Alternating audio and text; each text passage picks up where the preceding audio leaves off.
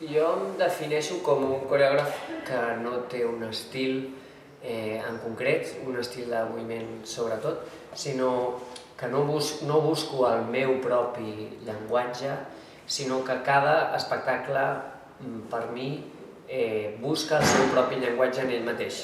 No? O sigui, i que això té més a veure amb el concepte de l'espectacle, no? amb la idea sobre la qual treballes. I llavors, per tant, si vull fer un espectacle sobre striptease, doncs, decidiré si he de fer un striptease o si he de fer una conferència sobre striptease, i si vull fer un espectacle sobre pornografia i faig servir el hula hoop com a metàfora, doncs aprendré a fer servir el hula hoop i a ballar amb el hula hoop. I llavors, d'alguna manera, aquest és el meu estil per a aquell espectacle, no? Sinó que, o sigui, que el cos s'adapta al concepte de l'espectacle.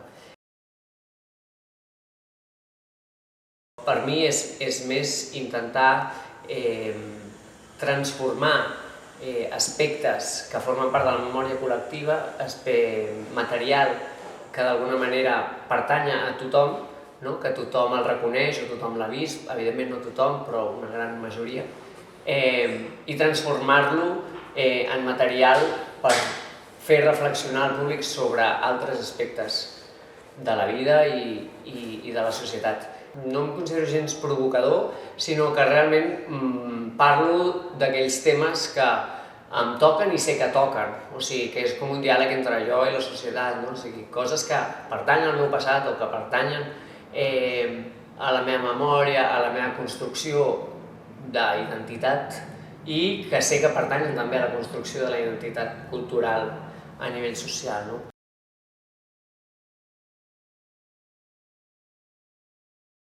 Sí, Sweet Tyranny fa aquesta analogia, no?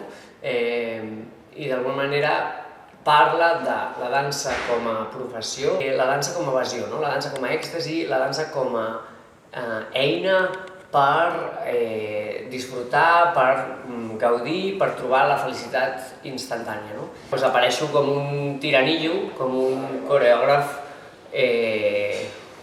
una mica cabroncete, que tenia moltes ganes. Em queda molt bé aquest paper. O sigui, fa molts espectacles que sempre surt com una mena de pere simpàtic, que té ganes com de passar-s'ho bé amb el públic mentre reflexiona sobre alguns temes, i aquí jo crec que potser més d'un m'acabarà odiant.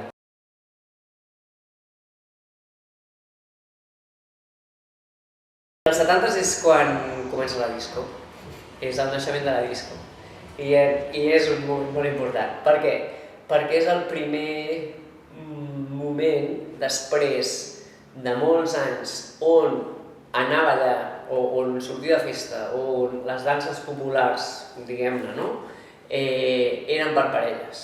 I llavors, per culpa de que les danses populars estaven basades en la parella, feia que a nivell social també estiguessin segregades.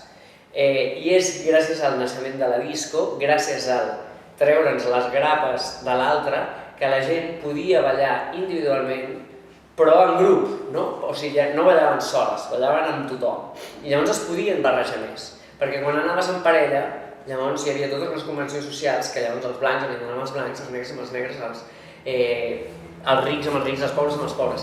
I la disco el que permet, d'alguna manera, era poder ballar tots junts, blancs, negres, rics, pobres, gais, heteros, el que sigui, no? El que hem agafat són coreografies que formen part d'aquest període, que d'alguna manera reflexen això, no? Com Saturday Night Fever, evidentment, però que d'alguna manera formen part d'aquest moment històric de com entendre la dansa popular o de com ballava la gent en aquell moment.